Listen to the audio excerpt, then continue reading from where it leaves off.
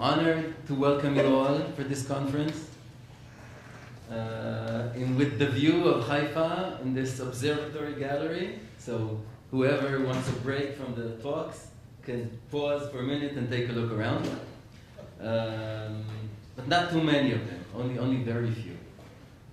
So, at beginning this session, beginning this conference, let me please begin with congratulations to the organizer, the main organizer, Eyal Ben Eliyahu.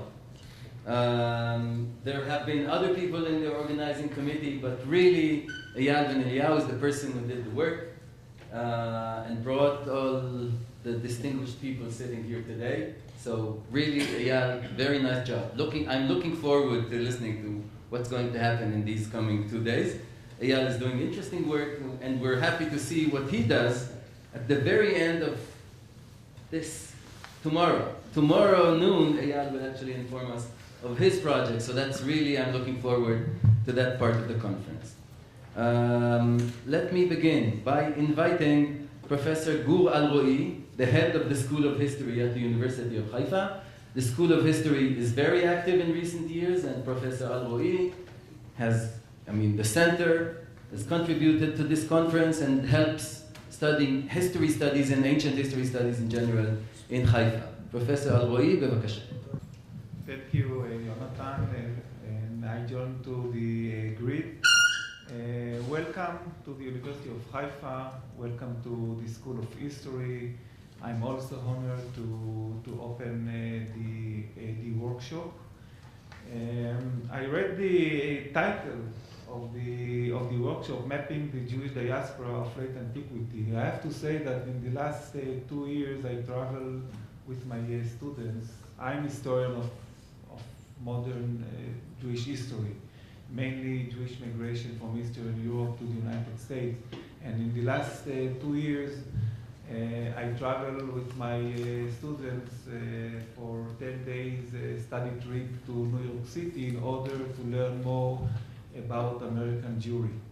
And we met Jewish Americans, and more than one time we heard that there is no Jewish diaspora, and they don't use the word galut or exile. So they believe that there are Jewish communities all over the world, and it's a kind of round table of Jewish communities. And once we use the word diaspora, we say that land of Israel or Israel is the center of the Jewish people, and there are some Jewish Americans that don't think so. And I'm curious, we could, or you could write the title, Mapping the Jewish Diaspora of Late Antiquity, or Mapping the World Jewry of Late Antiquity. And I'm curious, I don't know, today, of course, for modern historians, it's easy to learn about identity and terms. I don't know if Jews in the late antiquity believe in diaspora in the center. And okay, so I will stay to hear your lecture. Anyway, welcome, and thank you for coming to the University of Haifa. Thank you, Gu. I'm very pleased to open the conference, Mapping the Jewish Diaspora of Late Antiquity, and to thank all the participants who have come from near and from far. Attending an international intellectual event in these difficult days bestows, I hope, an element of sanity and balance. As you can see from the program, we have tried to cover most of the regions of the late antiquity Jewish diaspora.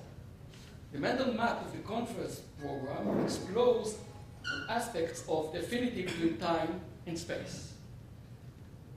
After this opening session, we will begin the regional sessions from Asia Minor and the Balkans, after which we will go east beyond Babylonia to the Sasanian and Babylonian region. We close this day with Arabia. From Arabia, we will continue tomorrow morning to Egypt and North Africa, and from there to Western Europe. This clockwise route combines time and space. In this conference, we've chosen to focus on the period between the 2nd and 7th century CE. The underlying rationale of this conference is that local and also time-specific questions can be illuminated by wide-ranging geographical temporal discussion. Bringing together experts on the varied regions of the Jewish diaspora will hopefully be a gateway for comparative, synergetic discussion. Special thanks go to the academic committee, Dr. Hillel Newman and Dr. Jonathan Bendov of University of Haifa, and Dr. Yuval Rotman and Dr. Yuval Shachar of Tel Aviv University. I must also warmly thank Tami Leviel of the University of Haifa and Sarah Appel of Tel Aviv University for their assistance in producing this conference. One remark concerning the program. Leonard Rutgers was unable to attend the conference because of royal imperatives. He and his wife were called to consult with the king on some academic issues. I would therefore like to thank Tessa Rajak for graciously agreeing to give a paper at a short notice. Thus, although we'll not hear Leonard's paper, we have gained Tessa. I wish all an enjoyable, worthwhile, constructive conference. Thank you. So I'm now honored to introduce the keynote speaker for today. Professor Yeshayahu Gafni is a historian of Judaism in the Second Temple in the Talmudic periods. He is the sole Rosenblum Chair of Jewish History at the Hebrew University. He works on how Judaism was reshaped during the years after the temple's destruction. Professor Gafni has written extensively on a broad range of topics relating to the social, religious, cultural history of the Jews in late antiquity, including more than 100 entries in the Encyclopedia Judaica. Very interesting. Most relevant for us today is his book on Babylonian Jewry and its institutions that originally appeared in 1975, am I right? And has reappeared in revisions since then, several revisions since then, in several languages since then, and I think is a cornerstone for the kind of work that people are doing here today. And Professor Gafni keeps being relevant and engages contemporary issues and debates in his publications today. So he's really the ideal personality to open this conference, and we are delighted to have him here. Professor Gafni, bevakasha. It's always a pleasure to come back to Haifa University, where I actually taught 47 years ago. I don't recognize the campus, and I would have been totally lost had people not led me to this building. As keynote speaker for this conference, which I consider a great honor, please permit me to open with a few personal reflections on the fascination and focus on diaspora that I have felt and tried to cultivate during the past 4 decades of my professional life. Obviously, the connection begins with my childhood as a diaspora Jew, but with a unique twist. Since my family and I frequently spoke Hebrew on the streets of Brooklyn, New York, we were commonly referred to by our neighbors as, quote, the Israelis. It was only in 1958, when I moved by myself to Israel, that I finally achieved the designation of, quote, the American. Thus, it was my lot to remain a diasporic outsider, looking in on the perceived Jewish center, and trying to define the nature of that communal relationship. The phenomenon of the diaspora, however, had far greater implications for anyone growing up in our generation. The Second Temple period and the subsequent rabbinic, or if you wish, Roman, Byzantine, and Sasanian eras share a unique Jewish reality with only one other chapter of Jewish history, namely our contemporaneous one. The existence of a widespread, thriving, and frequently assertive Jewish diaspora functioning alongside a large and for a time politically independent Jewish community in the land of Israel occurs only twice during the totality of Jewish history, namely in late antiquity and in our current era. For the biblical period, we have no real information on a dispersed Jewish community. Indeed, or at least until the destruction of the first temple.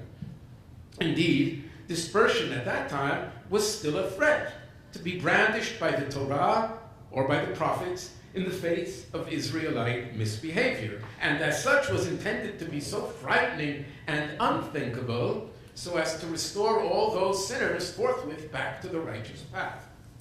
But threats are meaningful, as any parent can tell you, only so long as they do not become reality.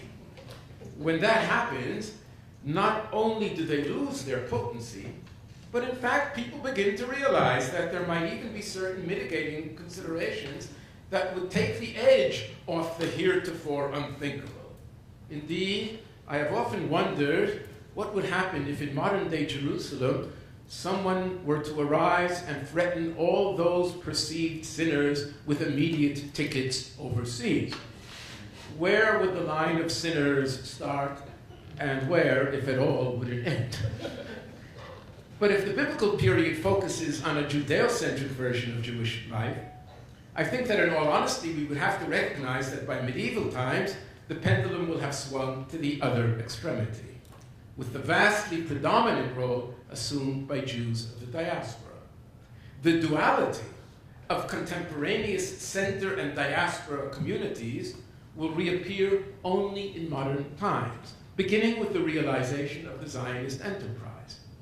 And while we all warn our students to beware the dangers and pitfalls of superficial analogies between past and present in our historical endeavors, the fact is that the diaspora phenomenon and its relationship to a center does conjure up similar questions, some of which almost certainly affected the thought processes of scholars, modern scholars, who believed that they were able to analyze late antique versions of Jewish diaspora without being overly influenced by contemporaneous images or even ideologies. This tension, I fear, may reverberate in some of our discussions. And permit me to note some examples of how scholarship frequently fell under the influence of ideologies, or at least wishful imagination. Note that the first two lectures in this conference, my own and that of Yunus Demirci, both contain the phrase continuity and change. The underlying assumption of such a phrase is that we know how things stood initially, whatever earlier period we choose as a starting point, and how this reality either remained constant or alternatively how it was revised in light of subsequent developments. And in our case, these might be the destruction of the Second Temple or the emergence of the later Roman Empire. But do we really know how things initially stood? For example, were Jews of Hellenistic and Roman Egypt comfortable with their position and civic status in that land? If you were to ask Victor Cherikover, he will tell you, citing 3 Maccabees as an example, that they considered themselves a nation of strangers in a foreign land. Laon en xene ge xen. It is not by chance, in fact, that Cherikover accepts the testimony of the letter of Aristeas, claiming that 100 Jewish captives were brought to Egypt by Ptolemy I. They didn't come there of their own volition. Eric Ruin, on the other hand, will argue that while this, quote, negative image dominates modern interpretations of the Jewish psyche, the fact is, he claims, that to assume that they repeatedly lamented their fate and pinned their hopes on recovery of the homeland is quite preposterous, end of quote. Similarly, John Collins claimed Hellenistic Jews were not reluctant exiles. They were attracted by Hellenistic culture, eager to win the respect of the Greeks and to adapt to their ways, end of quote. Gruen does not deny the role of Palestine in Jewish life and the interaction between Jews of the diaspora and Judean politics. And thus he claims Palestine mattered, but not as a required residence. Diaspora Jews, he says, did not bewail their fate or pine away for the homeland. So who is correct? And based on which sources? Or was Cherikover embracing a decidedly mid-20th century Zionist position, negating and even stigmatizing the phenomenon of Galut? And it seems when I wrote this, I had forgotten that Cherikover, in his article on 3 Maccabees, actually claims that 3 Maccabees has embraced Ra'ayonot Tzioniyim Kanelech. In other words, he actually uses the word Zionist. Conversely, Gruen represents, as our colleague Doron Mendeles wrote in his critique of Gruen's book published in Catharsis, Gruen clearly represents the feelings of a proud American Jew. From California, to be sure. Or another example of a vague starting point. Who controlled religious life of diaspora Jews before the destruction? Ask my late teacher Shmuel Safrai, and he will tell you in a series of articles, some of which I edited, that, quote, the Sanhedrin in Jerusalem was the supreme institution of Judaism, both in the land of Israel and in the diaspora. While diaspora communities may have had recourse at times to local judicial bodies, he claims that they also depended to a great extent on the Sanhedrin in Jerusalem in all fields of its activities. The rulings and arrangements in religious matters which were adopted in Jerusalem were also communicated to the Jews of the diaspora. So Safrai. Safrai actually cites numerous examples for this in his own eyes, the most important being the intercalation of the Jewish calendar by the Palestinian rabbinic or Pharisaic institution and its immediate effect on diaspora Jews around the world. But if you ask Ed Sanders regarding this very same question, he will argue that only the more extreme modern exponents of Pharisaic control of worship and private religious practice have held that they have also taught diaspora Jews how to live, what laws to obey, and how to obey them. Inasmuch as Sanders, as well as others, ascribe to the low view of the authority of the Pharisees, even in Judea, it goes without saying that their control or even influence among diaspora Jews was extremely limited. Whom to believe? But if it's continuity versus change that we are looking for, let's go to a blatant example of how modern ideological or theological positions might have imposed themselves on how we envision diaspora Jewish communities. Inasmuch as the title of my talk refers to post-temple realities, note how various scholars imagined the reaction of diaspora Jewry to the destruction of the Second Temple, and how those Jews were influenced by the Churban. Marcel Simon, in his Veris Israel, is convinced that, quote, the diaspora as a whole did not, except in the most indirect and remote way, feel the repercussions of the Palestinian crisis. It is not even certain whether they were much involved emotionally in what happened. The Jews of the dispersion did not, on the whole, feel too deeply distressed at the destruction of the temple. End of quote. Martin Goodman, on the other hand, informs us, now again I quote, there is every reason to suppose that the razing of the temple horrified the diaspora Jews, as much as their Judean compatriots. They were profoundly affected by its consequences. End of quote. Now, neither of these two scholars and the approaches they represent was privy to a corpus of sources unknown to the other. And yet their conclusions are as far apart as one can imagine.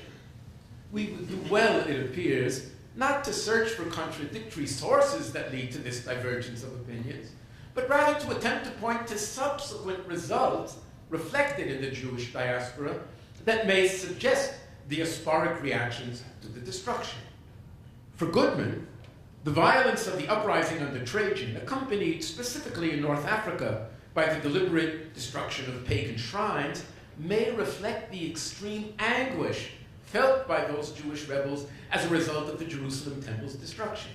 Simon, on the other hand, considers the destruction to be the great equalizer in the status of diaspora Jewry versus their Palestinian co-religionists. Moreover, he claims, Jews of the dispersion were much better placed, or were now much better placed in their relations with the Gentiles, inasmuch as the embarrassment of the temple cult was now removed, thus enabling the triumph of a kind of religion that was peculiarly their own, a spiritualized religion that would appeal to the very same audience targeted by the church. paucity of source material is compensated for Simon by the emergence of the Jewish-Christian confrontation, which he claims must reflect a rejuvenated Jewish diaspora, no longer shackled by Palestinian Jewry and the directives issuing from that center. Here again, however, the Alon Safrai school maintains just the opposite, namely that hegemony of the homeland would continue for hundreds of years following the destruction, manifesting itself through religious and communal directives, the calendar, halakhic instruction, to which was added the Roman recognition of the Palestinian Patriarchate, and, at least until the early 5th century, the continued dispatch by the Patriarchate of the apostoloi, empowered to appoint or dismiss local communal leaders, and even to serve as conduits for the continued financial support flowing from the diaspora to the patriarchal and rabbinic center in Palestine, referred to as the Aron Coronarium or the Mikvat Chachamim, and so on. Continuity versus change might indeed be the calling cards of two very different camps of historians who set out to describe diasporic realities in late antiquity. When all is said and done, mapping the Jewish diaspora indeed illuminates how different our knowledge of the Palestinian center is, so I'm using the word center, right? When compared with the Jews and Judaism of the dispersion. For Roman Palestine, we possess a unique blend of literary and physical evidence. This is not the case with the various diaspora concentrations of Jews, where the sources of our information are radically different. The Jews of the Persian East, Babylonia, etc., produced the monumental literary composition, the Babylonian Talmud, but left behind almost no archaeological evidence that might be used to describe central communal frameworks. Indeed, some of the most significant physical remains, such as the magic bowls, appear to inform us of fringe elements rather than central institutions. Conversely, the Greek and Latin-speaking Jewish communities of the late Roman period, from Syria and Asia Minor in the east to Rome and Spain in the west, are known to us firsthand almost exclusively from their impressive archaeological heritage, composed primarily of synagogues, cemeteries, short inscriptions, and graffiti. In striking contrast to the Jews of both Roman Palestine and Persian Babylonia, the Jews of the vast Mediterranean diaspora have provided us with virtually no literary texts. Parenthetically, I would note that Greek and Latin references to Jews are not much more helpful after the 2nd century, inasmuch as these authors seem largely to have fallen into literary cliches when writing about Jews, and little that they write sheds light on the Jews of their own day. They're simply copying from one another. Historians are thus left with dubious choices when embarking on descriptions of either the Eastern or Western diaspora communities, each of which lack a critical component of information. Frequently, the results hinge on the relative value attributed to archaeological versus literary remains. And here I would concur with Martin Goodman, who asked, and I'm going to quote him, so if it's first person, it's not me, it's Martin, right? What if historians totally lack the benefit of literary texts? Would they deduce about Judaism from archaeology and inscriptions? I doubt if they would ever discover that Judaism was distinguished from most other ancient religions by being a system or a number of systems with a complex mythology based on the covenant and revelation at Mount Sinai. It would be clear that there were indeed religious groups who identified themselves as Jews and set up communal buildings, synagogues, and hierarchies. But I suspect that few scholars would suggest the significance of this fact.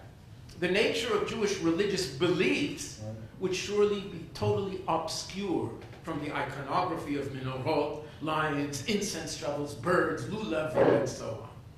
None of the archaeological evidence gives any hint of the really distinctive traits of Judaism as it appears in late antique Jewish and Christian sources. The centrality of a written scripture and its proclamation and explanation in public assemblies. Nothing in the iconography would give a clue to the main Jewish identity markers as we know them from elsewhere. Shabbat, kashrut, circumcision, end of quote. This indictment of arguments from silence notwithstanding, scholars have attempted to characterize some diaspora communities primarily based on what was not found, Significantly, or specifically, scholars have raised the question of how, quote, rabbinic these communities were. That is, to what extent did the rabbinic teachings developed in Roman Palestine and Sasanian Babylonia determine the religious practices and beliefs of Jews throughout the Roman Empire? Since no references to identifiable rabbis or their teachings have been found among the archaeological or epigraphic remains of the Mediterranean diaspora, and given the assumed unfamiliarity of these communities with the Hebrew and Aramaic languages through which rabbinic materials were disseminated, should we not assume that an alternative system, or that this is what is being proposed, that an alternative system or systems of Jewish behavior became or persisted as the norm among those populations? This has indeed been the path taken by some who have posited for a Greek-oriented Judaism in the diasporic West, based on a different Judaic sacred corpus, namely the Septuagint, and its interpretation by authors such as Philo, a Judaism far removed from the norms of Jewish liturgy and festival commemoration cultivated in the rabbinic East. The problem here, however, is that we are opting for a hypothetical other form of Judaism based not so much on concrete evidence, but rather on a paucity of information on what did exist. Granted, we do not possess evidence that would suggest Hebrew or Aramaic was significantly used by the mass of Jews in the Roman West. But the unfortunate reality is that this very same community did not leave behind a meaningful literary heritage in Greek or Latin either. Most of the epigraphical and archaeological evidence we do possess tells us far more about Jews of the diaspora, for instance, their communal titles and roles, their professions, their favorite symbols. It tells us much more about that than about the Judaism they practiced. If I wanted to play devil's advocate, I would even argue that based on our knowledge of the patriarchs apostoloi that were dispatched from Palestine to communities throughout the empire, might these emissaries not have also served times as conduits for the spread of at least some religious instruction, not merely as fund collectors and overseers of local communal leadership? Indeed, at least one of these documented apostoli, or at least I claim he's documented in the Yerushalmi, was a noted sage of the late 3rd and 4th century, namely Rabbi Chia bar Abba. And thus, is it so unthinkable that at least some degree of Palestinian religious tradition made its way to a few local learned persons who were capable of handling this instruction, even if it originated in the Semitic languages of the East?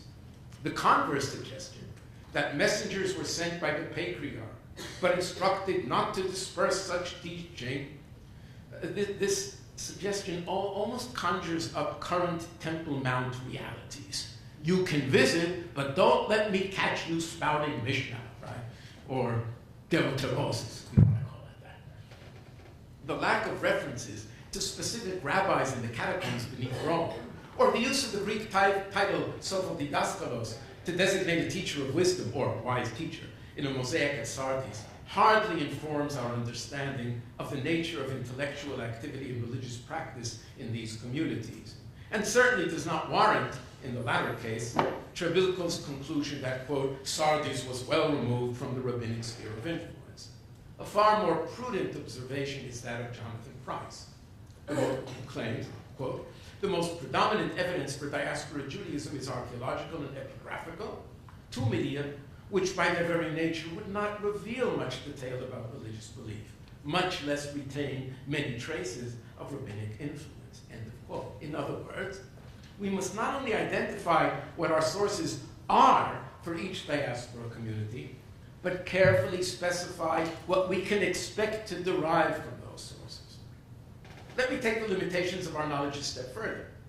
Even if we set out to draw limited conclusions from a particular body of sources, such as archaeological evidence from diaspora synagogues, variegated interpretations of this evidence up to the present clearly point to the speculative nature of even these endeavors. For example, Thomas Crabbe and others have cited the diverse elements they claim to have found in diaspora synagogues as proof of different forms of Judaism practiced therein. Others have drawn precisely the opposite conclusion, based on the common elements they claim to have observed in these very same diaspora synagogues. The same evidence is also frequently cited to prove just how different diaspora Judaism was from the Judaism practiced in Palestine. And thus, for example, Krabelis claimed that the popularity of the permanent Torah shrine in the diaspora, the Aron Kodesh, may provide, quote, an indication that devotion to written scriptures may have begun earlier and felt more deeply in the diaspora than in Palestine. Lee Levine, on the other hand, citing the very same synagogue evidence, concludes that, quote, diaspora Judaism was not radically different from Palestinian Judaism, at least as far as the synagogue is concerned, end of quote. So who's telling the truth here? Do we fare better when moving eastward to the one diaspora community that has left behind a massive literary legacy rather than an archaeological one? Not necessarily. And most certainly not when we pose the same continuity versus change examination that we attempted to apply to the Greco-Roman diaspora. To begin, our knowledge of the nature of the Babylonian Jewish community during Second Temple times, Yahudu tablets notwithstanding, is negligible. Josephus' two anecdotal contributions, the brothers Asinias and Anilios, in the Adiabini story, hardly represent a coherent picture of the Jewish community at large, or of the Judaism they practiced. And physical evidence for this initial stage is basically non-existent. Even when we finally encounter the first stages of rabbinic material, we have no way of knowing what percentage of Eastern Jews identified with this instruction and lived in accordance with rabbinic teaching. Nevertheless, I would suggest that here we do encounter a sense of post-destruction change, albeit emerging over a protracted period. I'm talking centuries, not decades. But nevertheless providing us with a unique insight into how at least one diaspora community came to define itself within the broader scope of Jewish social and religious behavior and self-identity. If scholarship on Greco-Roman Jewry has focused for generations on how Jews wish to be perceived within the context of Hellenistic Roman realities, for instance, the granting of citizenship, civic rights, the existence of a politeuma, etc., the Babylonian Talmud introduces a totally different context, namely how Babylonian Jews, or at least their rabbinic representatives, understood their role within the wider Jewish world, and most specifically, how this diaspora may have attempted to totally redefine the nature of center and diaspora as part of a spiritualizing process that would place in question the heretofore established primacy of a land-centered Jewish hierarchy. In my own studies on Babylonian Jewry, you mentioned in one of my books, actually the book that is really relevant to this conference is Land, Center, and Diaspora, Jewish Constructs in Late Antiquity. That's what I really deal with, nitty-gritty. But in my own studies on Babylonian Jewry, and most recently in an article entitled How Babylonia Became Zion, I maintained that statements such as, quote, we have made ourselves in Babylonia like Eretz Israel, actually reflect a systematic transferal, if not outright usurping, of Palestinian Jewish attributes by the Babylonian diaspora. For instance, our rabbinic leaders, they will now claim, are the equal of their Palestinian counterparts, if not actually superior to them, in all matters of tradition. Our pedigree as Jews surpasses that of all other Jewish communities. Yes, I always like to talk about this. You all know this phrase, samach tet, right? Which is frequently interpreted as Saradi tahor. And the Babylonians seem to talk about a sacred pedigree or special pedigree of their own, which they may have called Bavli tahor, or Bablat, if you keep it. For those who can handle Israeli slang, right? If, in any case, our pedigree as Jews surpasses that of all other Jewish communities, requiring the demarcation, the physical demarcation of kosher Babylonia, right, geographically, in a manner suspiciously reminiscent of the definition of boundaries that characterize the land of Israel. Consequently, within those boundaries, even the land of Babylonia, or earth if you want, itself, assumes a degree of consecration that would encourage burial therein as having some advantageous effects. They go on to claim that our Davidic leader, the exarch, might possibly be even more, quote, Davidic than the Palestinian, patriarch. And even the Shekhinah itself has set up shop in two designated synagogues, at Hutzel and Shaf V'Yativ. In fact, one might even perceive Babylonia as a second, and chronologically first, Jewish homeland, inasmuch as our father Abraham came to Canaan from beyond the river.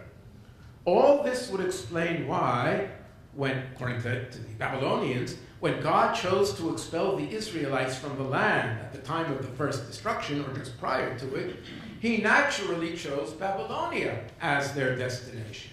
Or, as stated in one midrash, Mi Bavel hayu ulebavel chazru. They returned home. From this new self-image, it was only a minor leap to the bold response to any potential Palestinian argument demanding continued subservience to the hallowed center for, of course, Kimi Tzion Teitzei Torah, but the rejoinder would be that in fact Tzion, Zion, is no longer a geographical designation, but rather a spiritualized marker of the rabbinic center, the yeshiva, specifically the Babylonian one. And Tzion, of course, is where they stand out or excel in Torah. Shemitzuyanim b'halacha. It has nothing to do with real estate. While this argument was elaborately articulated in Garnic epistles connected with the name of Pirkei ben Baboy, one can already identify precursors of this spiritualization of Zion in the Babylonian Talmud, where they talk about Sha'arei Tzion, Sha'arim HaMitzuyanim b'halacha, right? Gates, the gates of that place that excels in halacha. Just this year, Daniel Boyarin published a small monograph entitled A Traveling Homeland, the Babylonian Talmud as Diaspora, where he in fact embraces my reading of this material. I use the word embraces very carefully here. And clearly concurs that the diasporic self-definition espoused in the Babylonian Talmud set into motion an ongoing process of mother communities and their spin-offs or colonies that ultimately assert themselves vis-a-vis the previous center, both sharing a common culture. Diaspora thus becomes a frame of mind. Or, as decided by Boyarin, I really concur with almost everything that he wrote in his book, right? Or much of what he wrote in his book. According to Boyarin, diaspora now is a cultural situation of a collective that is located in its own local culture and in the culture shared with another collective elsewhere. But the Babylonian diaspora's connection to the local scene took on an additional dimension, unparalleled in any other diaspora, namely the systematic identification in contemporary Iran of biblical sites connected to the earliest stages of biblical and Israelite history. Not only do they identify and apparently visit the site of the infamous Tower of Babylonia, I think they visited there because they actually warn you how close you can get to the tower without somehow receiving some of the effects of the tower. You'll forget your Torah if you get too close and so on. Right?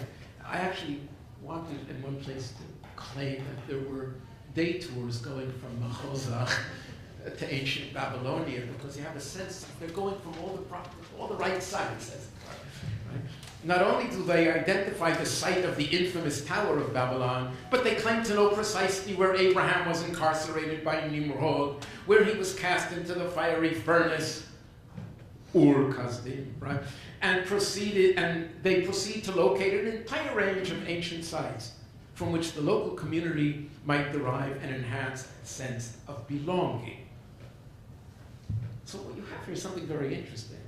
On the one hand, you have the usurpation of a physical Eretz Israel by moving sites, as it were, to Babylon, or doing in Babylon what Israelites might have been expected to do in the land of Israel.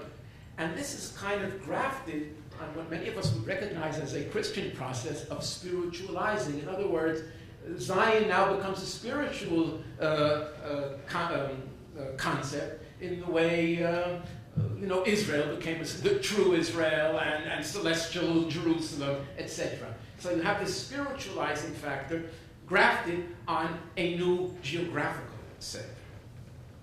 To be sure, attempts to insert an Israelite element into the ancient histories of other empires was not unknown, and authors, for instance in Egypt, such as Artapanes, might claim all sorts of cultural contributions brought to Egypt by the founding fathers of the Jewish nation. I highly recommend reading Artapanes, and you will know that Abraham taught the Egyptians astrology, and Joseph gave them their economic system. My favorite, of course, is Moses, who actually taught them how to build boats.